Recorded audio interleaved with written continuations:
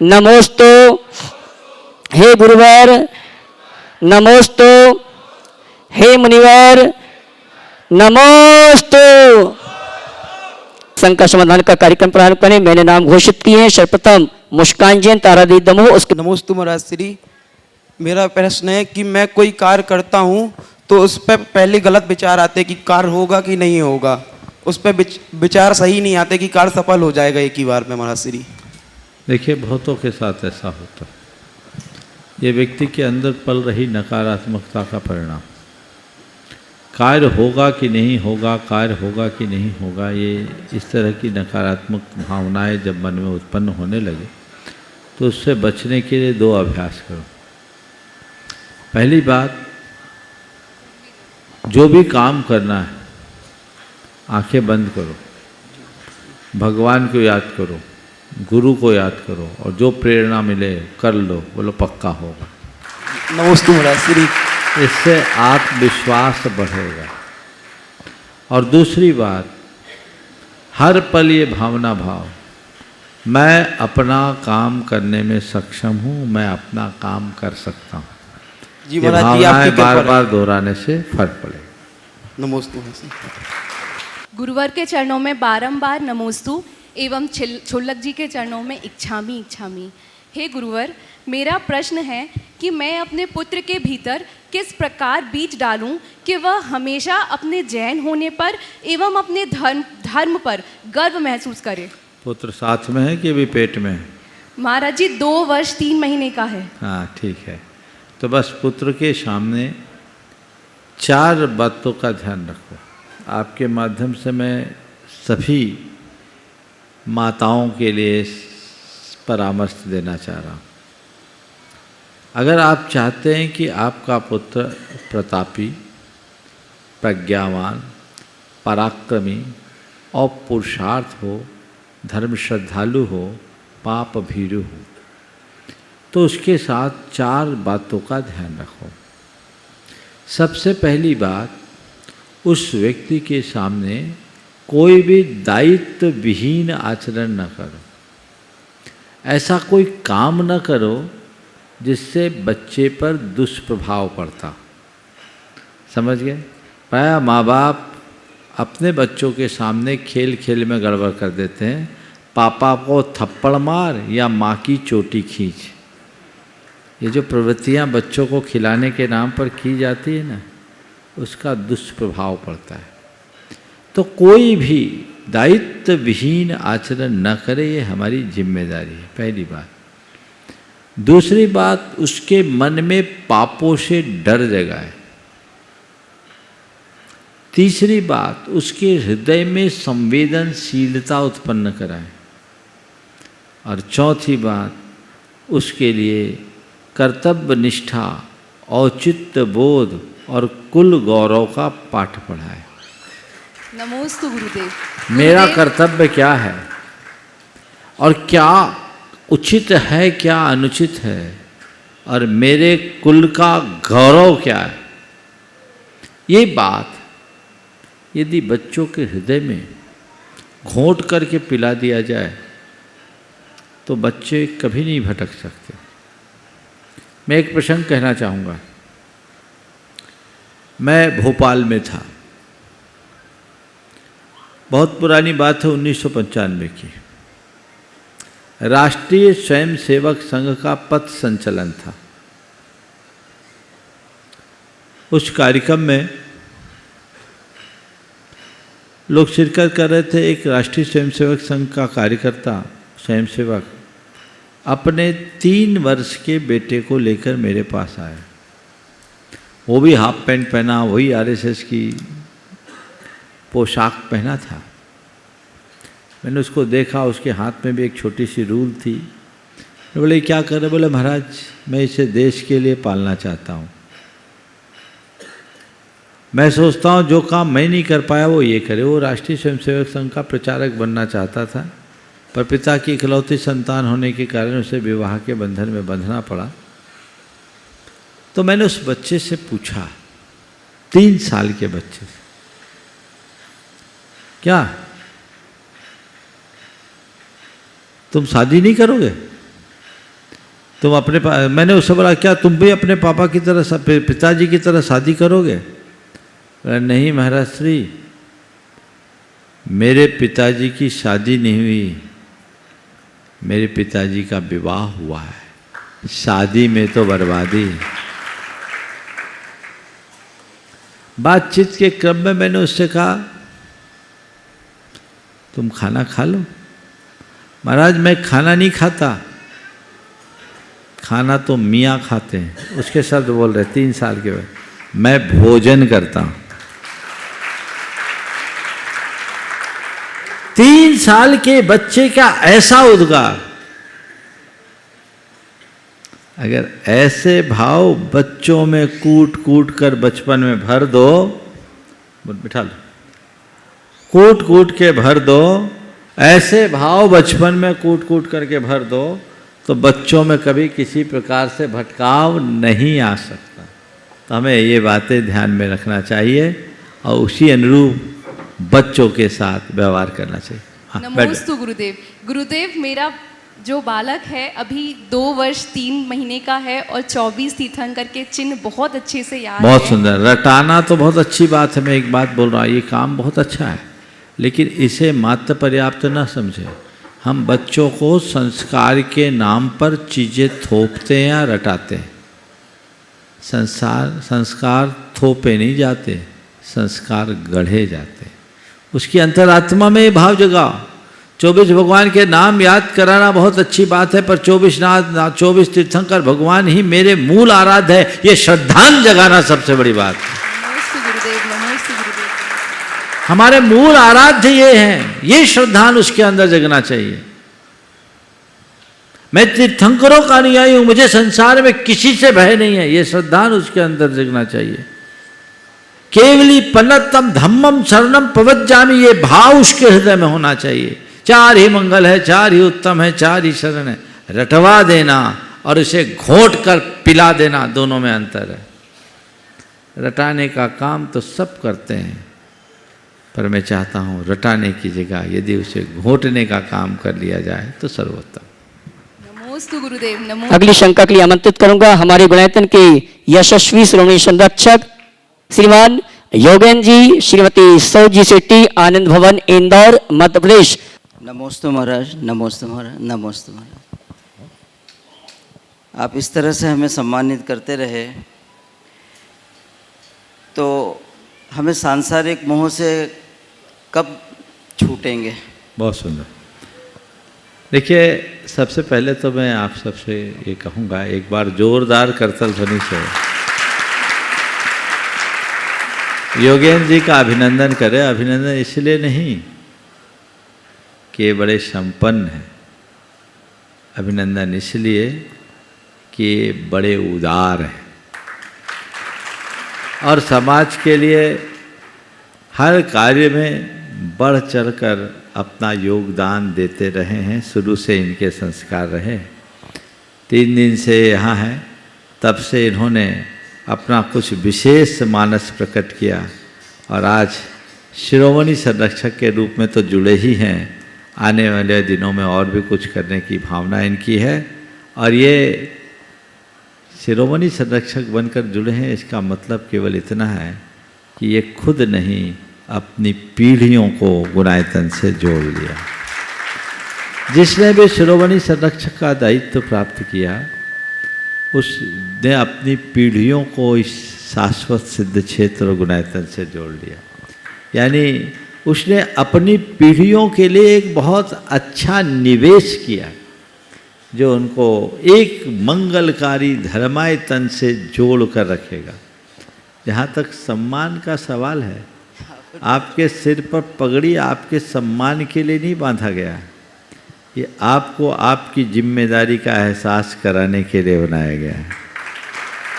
ये इसलिए है कि अब मैं इससे जुड़ गया हूँ तो संरक्षक हूँ, और संरक्षक ही नहीं, शिरोमणि संरक्षक हूँ। तो अब मुझे चाहिए कि जब तक मेरी सांस है, मेरा पूरा ध्यान इस संस्थान के साथ जुड़ा रहे। ये भाव अपने मन में रखना चाहिए। बिल्कुल एक वाक्य कहूँगा, दान करके कभी मान नहीं करना, पर दानी का सदा सम्मान करना।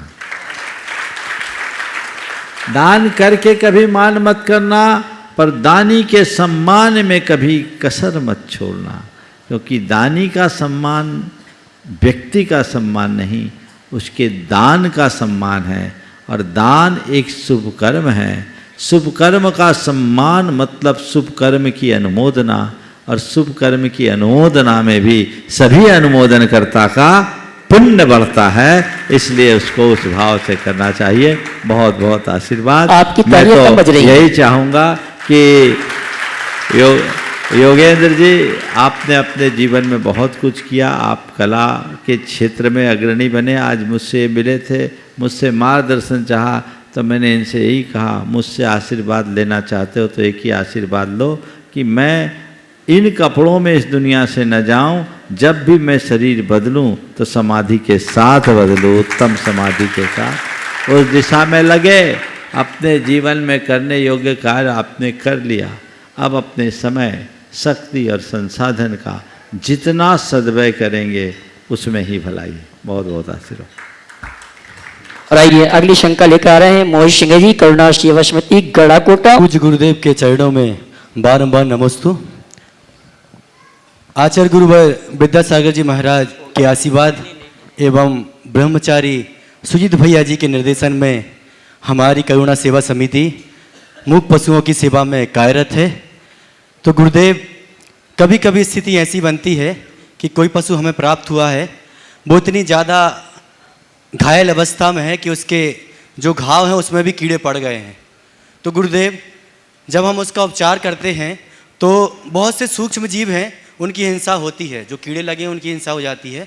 तो गुरुदेव, मेरा सवाल यही है कि जो जीव हिंसा होती है उसका पाप हमें लगेगा या नहीं लगेगा? ये बता, तुम जीवों को मारने का काम कर रहे हो कि घायल पशु को बचाने का? बचाने का। हाँ, बचाने का।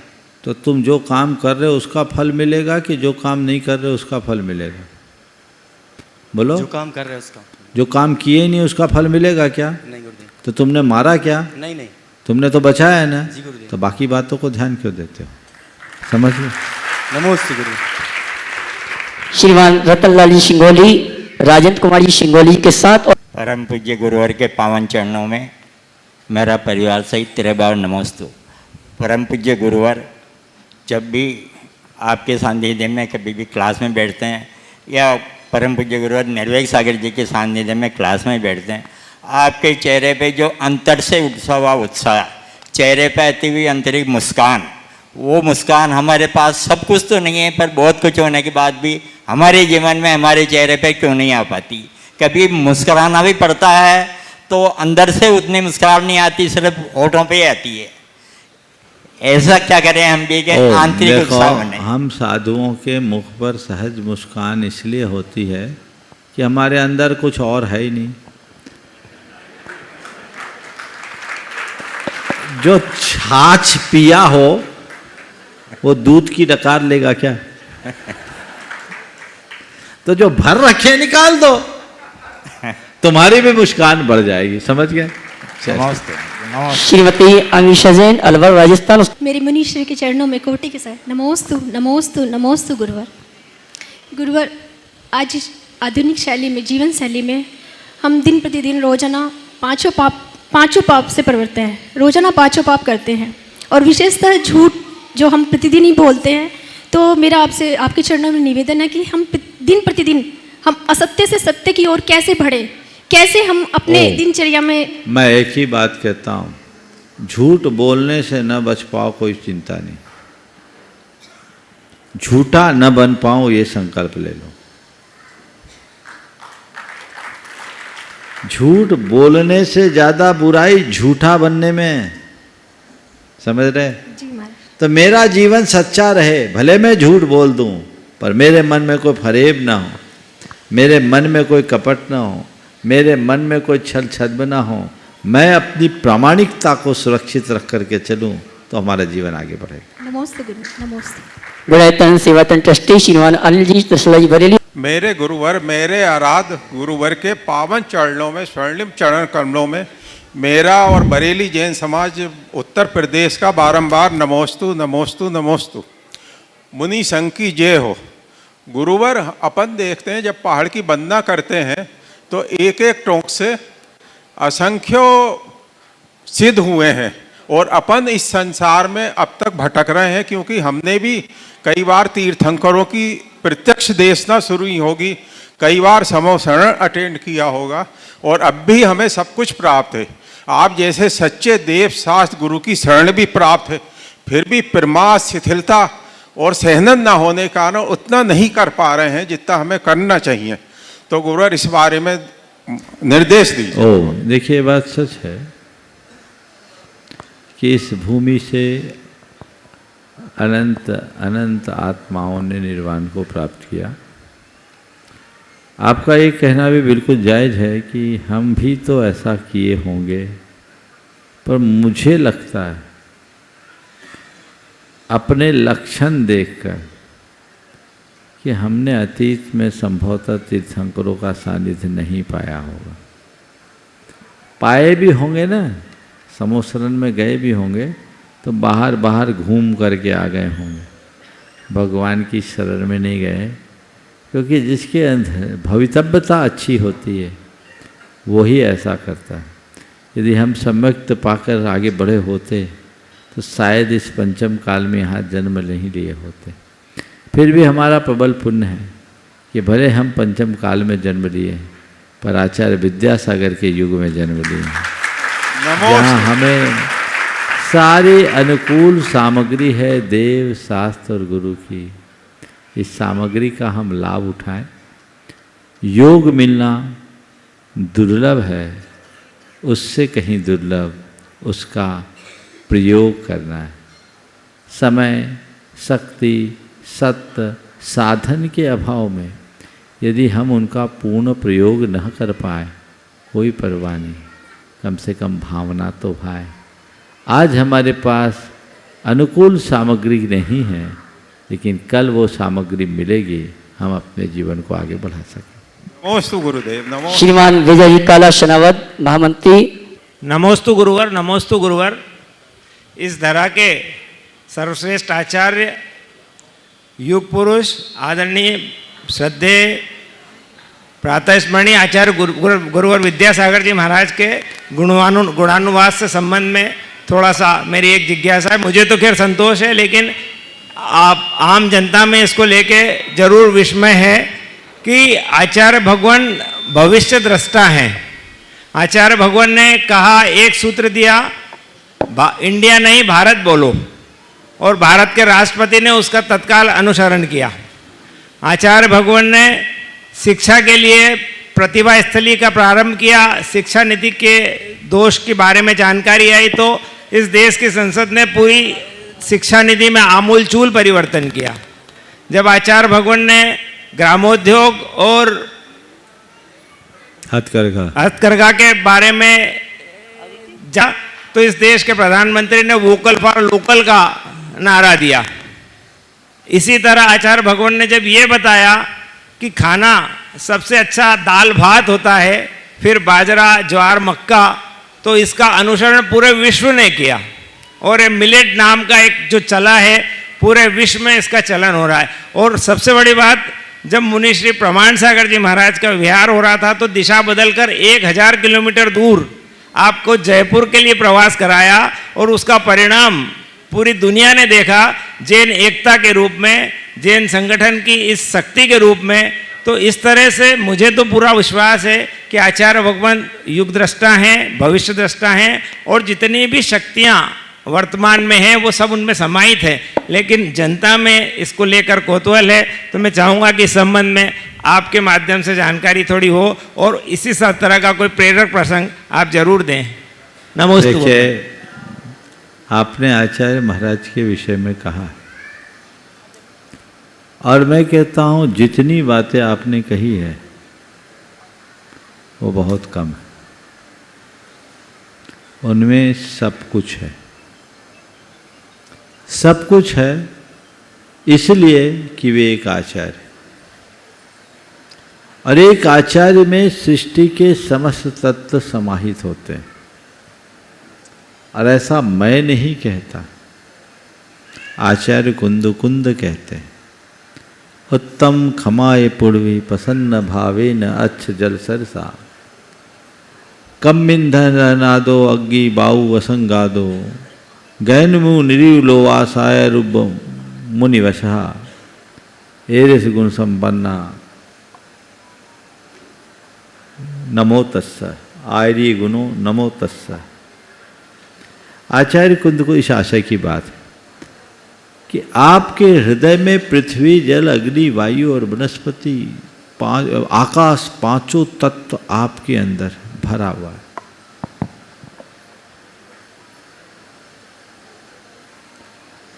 वे कह रहे उत्तम क्षमाए पुरवी, आप उत्तम क्षमा की पृथ्वी आपके भीतर, आपके हृदय की प्रसन्नता आपके भीतर के जल तत्व को प्रकट करता है। कर्म के ईंधन को आप नित्य प्रति जला रहे हैं, यह आपकी अग्नि तत्व की अभिव्यक्ति।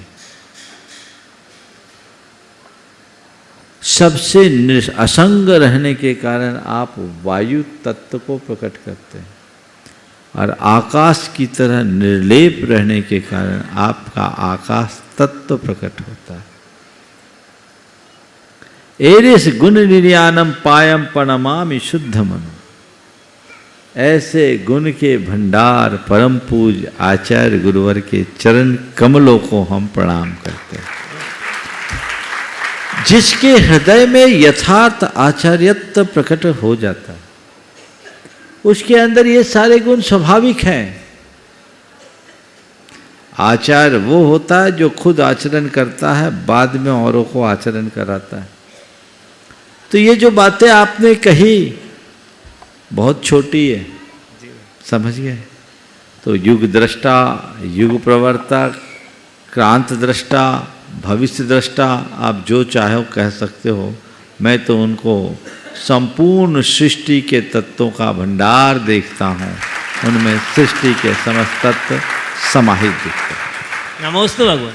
गुणायतन ट्रस्टी श्रीमती सरोज रानी, सुरेश जी, संजय जी, पप्पू जी सिंगई, आकांक्षा गार्मेंट्स जबलपुर।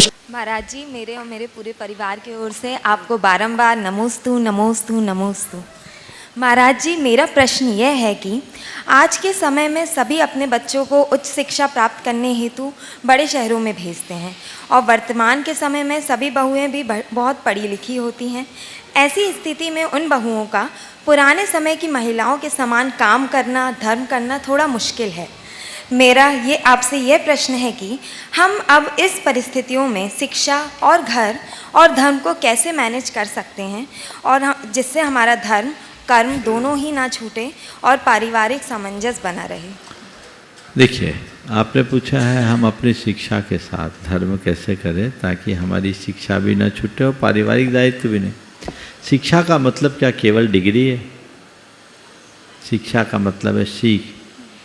मुश्किल यह है कि आज के समय में जो आप लोगों को शिक्षा मिल रही है ना, वो गलत है ऐसा तो मैं नहीं कहूँगा, पर अधूरी है ज़रूर कहूँगा।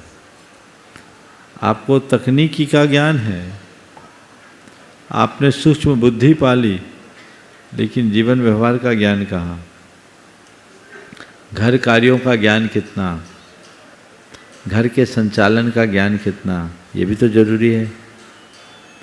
किसी बड़े संस्थान को संचालित करना और घर परिवार को संचालित करना क्या बराबर नहीं है कि नहीं? एक कोई स्त्री अगर पढ़ लिख करके अपने घर को संचालित करती है तो वो क्या अच्छे से नहीं चला सकती? एक गैर पढ़ी लिखी स्त्री की तुलना में अगर एक पढ़ी लिखी संस्कारवान स्त्री होगी तो अपने घर परिवार का संचालन ज़्यादा अच्छे से कर सकेगी।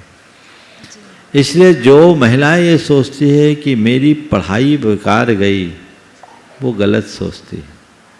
उनको ये सोचना चाहिए कि नहीं, मैं पढ़ लिख कर आई हूँ तो घर की व्यवस्था और उत्तम करूँ। और जब हमारे माँ बाप ने, हमारे दादा दादी ने घर परिवार को संचालित किया तो आज हमें भी करना है। एक युवती जिसने बाहर से मास्टर्स किया, उसके बाद वो आई।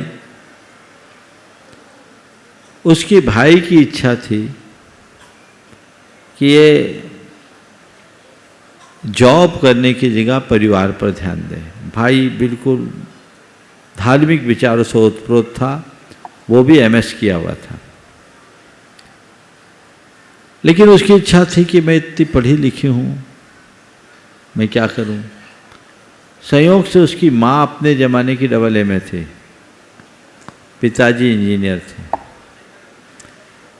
एक बड़े इंडस्ट्री के मालिक भी थे। मैंने उस बच्ची से एक सवाल किया कि ये बताओ, यदि तुम्हारी माँ एक गृहिणी होने की जगह यदि एक कामकाजी महिला होती, वर्किंग वुमेन होती, तो आज जो कुछ तुम बन पाई हो वो क्या बन पाती? बोले महाराज ऐसा तो कतई नहीं हो पाता, मेरे यहाँ तक आने में मेरी माँ का बड़ा सपोर्ट है। तो मैंने कहा आप बताओ, यदि तुम एक कामकाजी महिला बन जाओगी तो अपनी भावी संतान को वह सब कुछ दे पाओगी जो तुम्हें तुम्हारी माँ से मिला? बोले मुश्किल होगा। तो मैंने कहा ये बताओ, जो तुम्हें तुम्हारी माँ से मिला वो संसार में किसी और से मिल सकता है? बोला नहीं मिल सकता। तो फिर मैंने कहा जो तुम्हें तुम्हारी माँ से मिला है, क्या तुम्हारा ये कर्तव्य नहीं कि तुम अपनी भावी संतान को दो? बोले हाँ महाराज मेरा कर्तव्य है। तो मैंने कहा आप बोलो क्या करना है, तुम खुद तय करो मुझे क्या करना है। उसने कहा महाराज जी आपकी बात समझ में आ गई, अब मैं घर परिवार की व्यवस्थाओं पर ध्यान दूंगा। मैंने उसकी बात को आगे बढ़ाया। घर परिवार की व्यवस्था को तुम्हारे पढ़े लिखे होने के कारण तुम्हारी पीढ़ियों में, माँ तो पढ़ी लिखी है लेकिन तुम्हारी दादी पर टेक्नोलॉजी से नहीं जुड़ी थी। बोले जो टेक्नोलॉजी से रहित गृहिणियाँ हैं, अगर किसी काम को 1 घंटे में करती थी, तुम टेक्नोलॉजी से उपयोग करो, उस काम को आधा घंटे में करो और बचे हुए आधे घंटे का प्रयोग समाज हित, धर्म हित, संस्कृति हित, राष्ट्र हित में करो, सब काम हो जाए। पढ़ लिख कर योग्य बनो, जरूरत पड़े तो अपने पति या पिता के या परिवार के कारोबार में हिस्सेदार बनो, पर वो हमारा लक्ष्य नहीं होना चाहिए। जरूरत के अनुरूप काम होना चाहिए। कैकेयी अस्त्र विद्या में पूरी तरह निपुण थी, लेकिन कभी युद्ध नहीं लड़ा, पर लड़ा कब? जब दशरथ पर संकट आया तब। समझ गए? झांसी की रानी ने, लक्ष्मीबाई ने पहले युद्ध कौशल प्राप्त किया होगा, उसने अस्त्र विद्या की शिक्षा प्राप्त की होगी, लेकिन कभी प्रयोग नहीं किया। पर पति की मृत्यु के बाद जब नौबत आई तो दिखा दिया कि एक स्त्री क्या कर सकती। तो ऐसे ही पढ़ लिख कर योग्य बनो और जब मौका आए जो करना है उसे कर डालो। श्रीमान पंकज जी शास्त्री शलुंगर, गुरुवर के चरणों में कोटि शत नमन, शुल्लक श्री के चरणों में इच्छामि। गुरुवर पश्चिम के जितने विचारक थे, फिलोसोफर थे, लेखक थे, इन्होंने जैन दर्शन के साथ न्याय और इनके प्रमाण इतिहास के साथ न्याय जरूर किया, पर वर्तमान के जो पुरातत्ववेत्ता है वो जैन दर्शन के साथ न्याय नहीं कर पा रहे हैं। तो गुरुदेव क्या हमें ऐसी कोई संगठन बनाना चाहिए जिसमें जो हमारे भूगर्भ से निकलती हुई प्रतिमा है उसकी जांच हो, उसके पाषाण की जांच हो, उसका इतिहास, उसकी प्रशस्ति आदि प्रमाण संबंधी कोई ऐसा संगठन बने जिससे हम अपने प्रमाण, अपने एविडेंस कोर्ट को दे पाए, न्याय एविडेंस को रख पाएँ। तो गुरुदेव जो वर्तमान में पुरातत्ववेत्ता है वो न्याय नहीं कर पा रहे हैं, तो गुरुदेव इस समक्ष में आपकी एक समाधान आपका। देखिए, सांप्रदायिक अभिनिवेश के कारण बहुत कुछ गड़बड़ हुआ।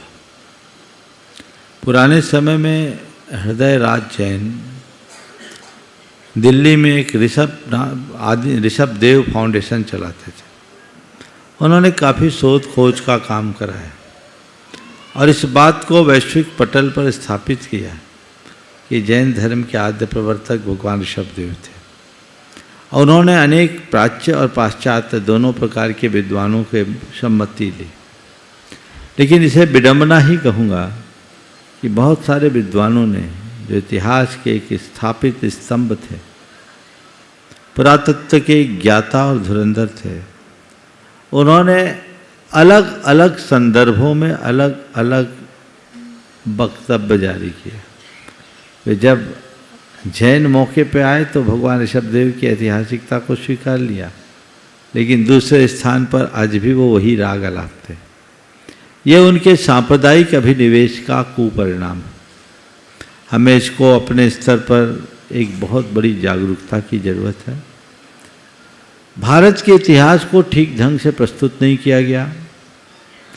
आदि का शुरू में प्रायः वामपंथी विचारधारा से जुड़े लोगों ने इतिहास लिखा। वर्तमान में भी अगर दक्षिणपंथी लेखक भी लिख रहे हैं तो वो सांप्रदायिकता की भावना से भरे हुए। आवश्यकता है तटस्थ रूप से भारत के वास्तविक इतिहास को प्रकट करने की और उसमें जैन धर्म के इतिहास को भी प्रगटाने की। जैन धर्म भारत का एक प्राचीनतम धर्म है, बल्कि कहा जाए तो भारत का आदि धर्म है, मूल धर्म है। हमें व्यापक पटल पर इसे प्रचार प्रसार करके फैलाना चाहिए, इसके सारे प्रमाण प्रकट करना चाहिए। और आज के समय में तो टेक्नोलॉजी का युग है, उसका आलम्बन लेकर हम सब बात को वैश्विक स्तर पर फैला सकते हैं। आपने पूछा किसी संगठन की ज़रूरत है। हमारे समाज के जितने संगठन हैं वे ही संगठन इसे अपने एजेंडा में ले ले तो मैं समझता हूँ अलग से किसी संगठन की ज़रूरत नहीं पड़ेगी। नहीं तो इतने संगठनों में एक संगठन भर बन के रह जाएगा, काम कुछ नहीं होगा। कलकत्ता से गुरुवार ट्रस्टी श्री महन जी, सविता जी श्रावगी।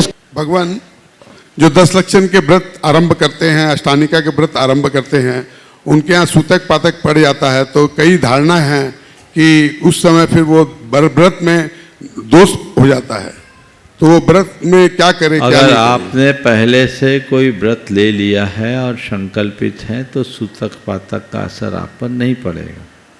अब 10 दिन का व्रत लिया, इसी मध्य किसी का अवसान हो गया, वो चले गए, तो आपको उस घर में नहीं जाना, आपको कोई सूतक नहीं लगेगा। नहीं, जैसे एक एक दिन का नियम लेते हैं, एक एक दिन का नियम लिया है तो फिर सूतक लग जाएगा।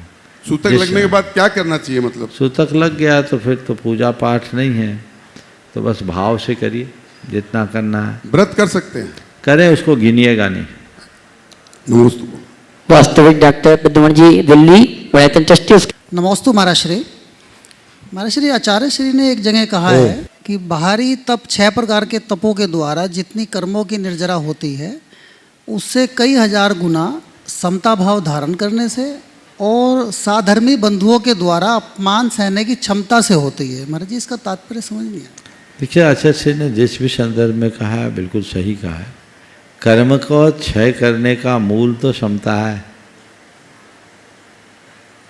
अगर आप विषम परिस्थिति में क्षमता धार लेते हो तो पुंज के पुंज कर्मों का क्षय करते हो।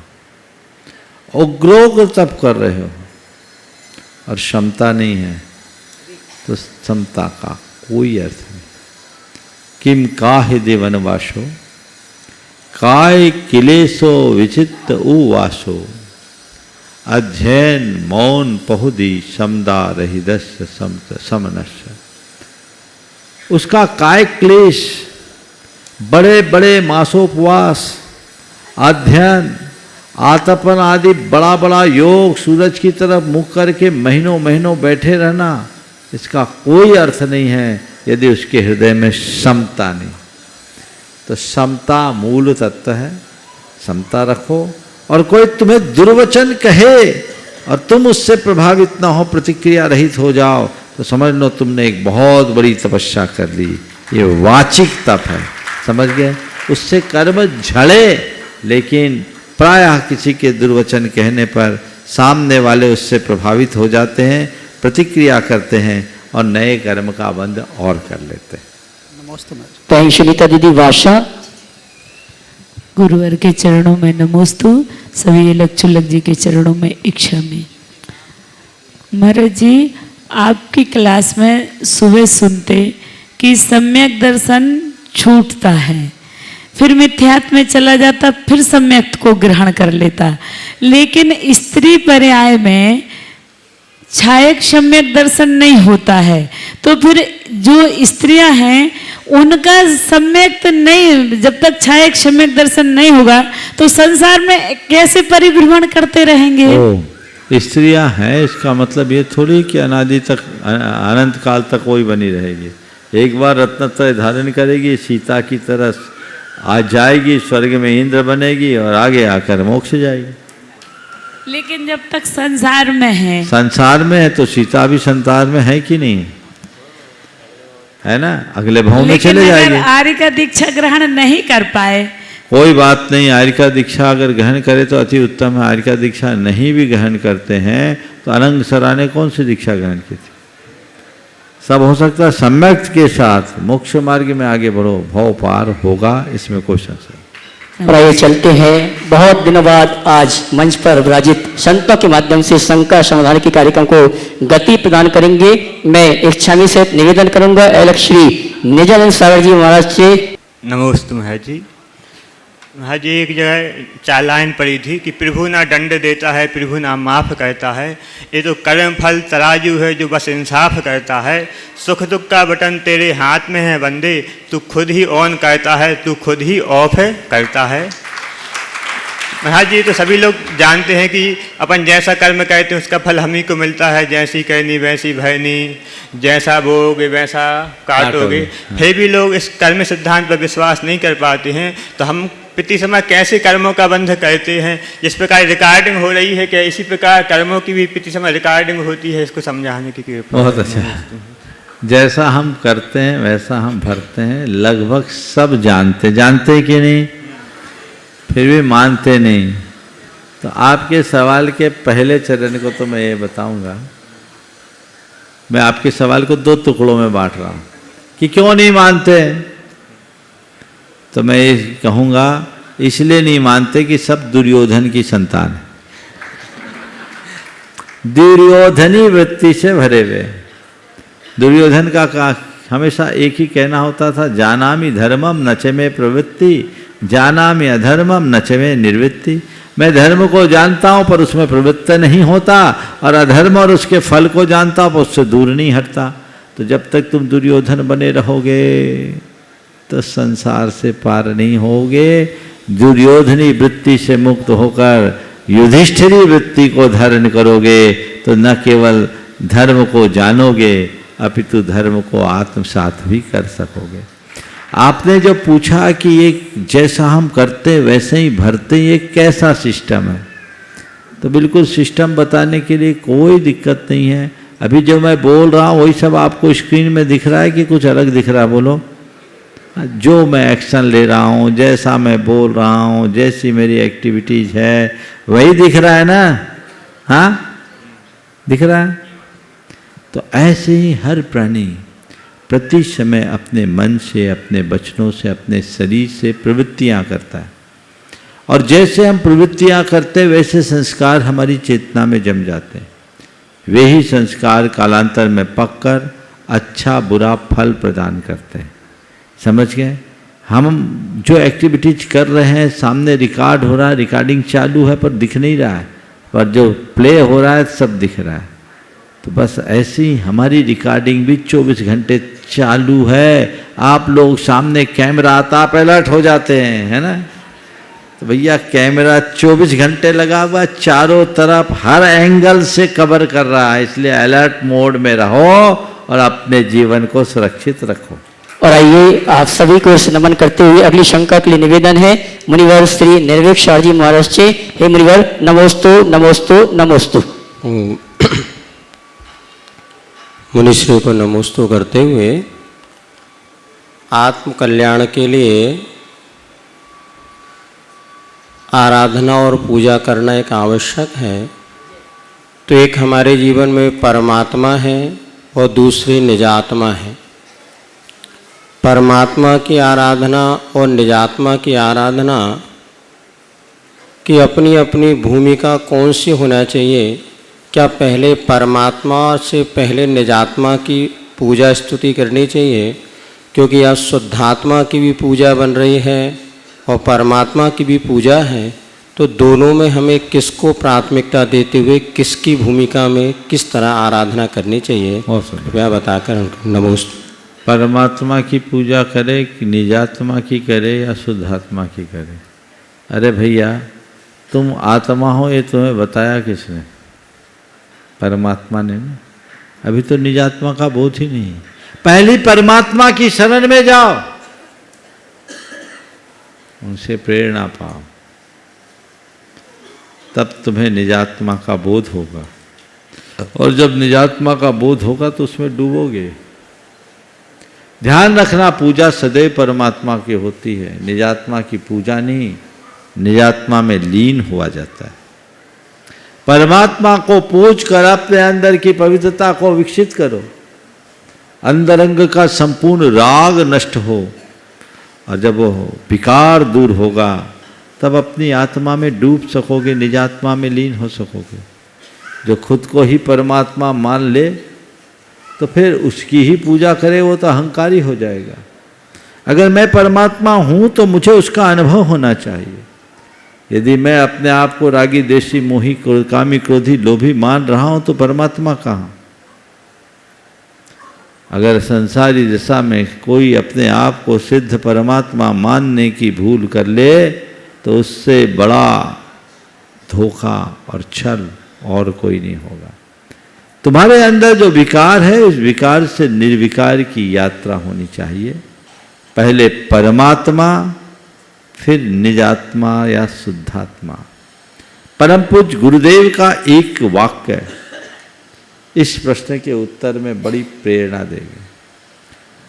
पहले दासोहम,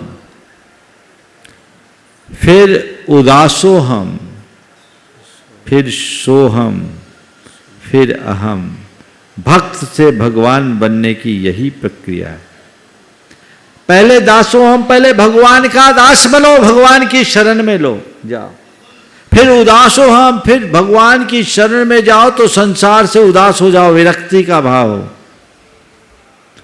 जब भगवान के शरण में संसार से विरक्त होकर जाओ तो सोहम, प्रभु अब आपके सामने आने के बाद मुझे इसका एहसास हो गया, जो आप हो वही मैं हूं। मुझ में और आप में कोई तात्विक अंतर नहीं है, मैं भी परमात्मा हूं। और बाद में अहम, अब तो दूसरा भेद ही खत्म, मैं ही परमात्मा। अहम चिरस्मि, अहम ब्रह्मस्मि, वो अनुभूति चरम अनुभूति है। इसलिए इस वाक्य को ध्यान रखें, उदासो हम, दासो हम, शो हम और अहम। भक्त से भगवान बनने की यही प्रक्रिया है। समय आप सबका हो गया, यहीं पर विराम। बोलिए परम पूज्य आचार्य गुरुवर श्री विद्यासागर जी महाराज की।